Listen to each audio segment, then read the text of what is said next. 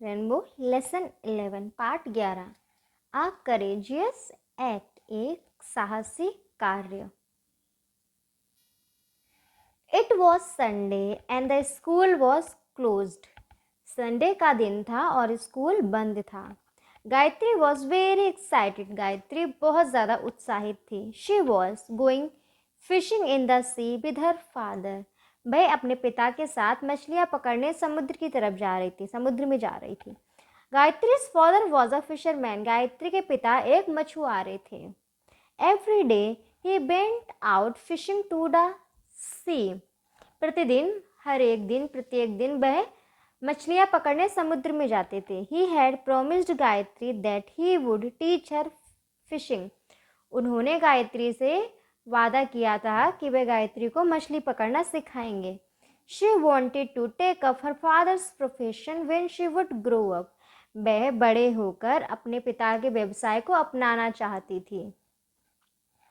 As Gayatri was tying her shoelaces, जैसे ही गायत्री अपने पैरों जूतों के फीते बांध रही थी, she heard a news broadcast on radio. उसने रेडियो पर एक खबर सुनी। A cyclonic storm was expected to hit the village within the next 24 hours. एक चक्रवाती तूफान अगले 24 घंटे के भीतर आने की संभावना थी। गांव में चक्रवाती तूफान आने की संभावना थी। She knew that the cyclone would bring strong wind, heavy rains and high tides in the sea. वह जानती थी कि चक्रवात अपने साथ लाएगा स्ट्रॉन्ग विंड, तेज हवा, हैवी रेन्स, भारी वर्षा और हाई टाइड्स और भारी तेज ज्वार लेके आएगा। समुद्र में जो लहरें उछल के आती हैं, ज्वार भाटा, हाई तेज ऊंची ऊंची ज्वार लेके आएगा इन द सी, समुद्र में। It would topple the trees, और इसकी वजह से क्या हो जाएगा, जो पेड़ हो जाएंगे वो गिर जाएंगे, पेड़ गिर जाएंगे।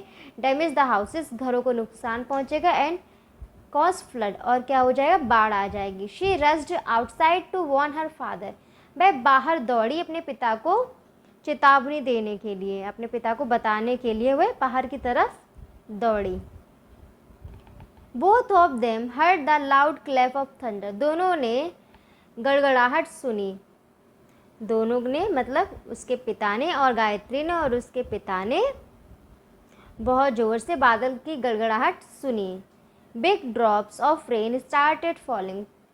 वर्षा की बड़ी बड़ी बूंदें गिरनी शुरू हो गई। They could see the waves of the sea rising higher and higher. वो वहाँ से समुद्र की उठती हुई जो लहरें हैं वो बहुत ऊंची और ऊंची होती हुई देख सकते थे। It was late in the evening. शाम हो चुकी थी, शाम में देर शाम हो चुकी थी। The cyclone had hit the area.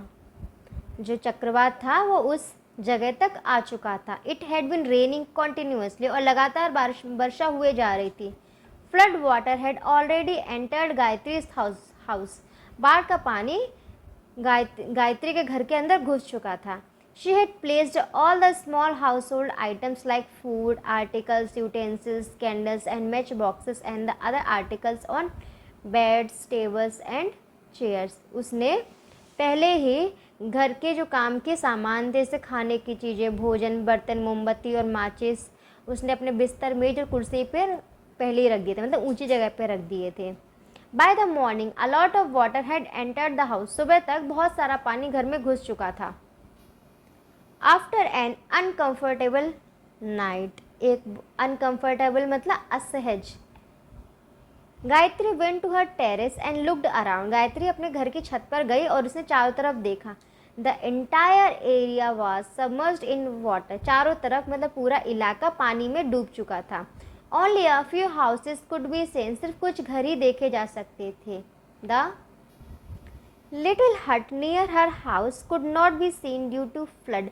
उसके घर के पास एक छोटी सी झोपड़ी थी, वह बाढ़ की वजह से नहीं देखी जा सकती थी, मतलब डूब गई थी।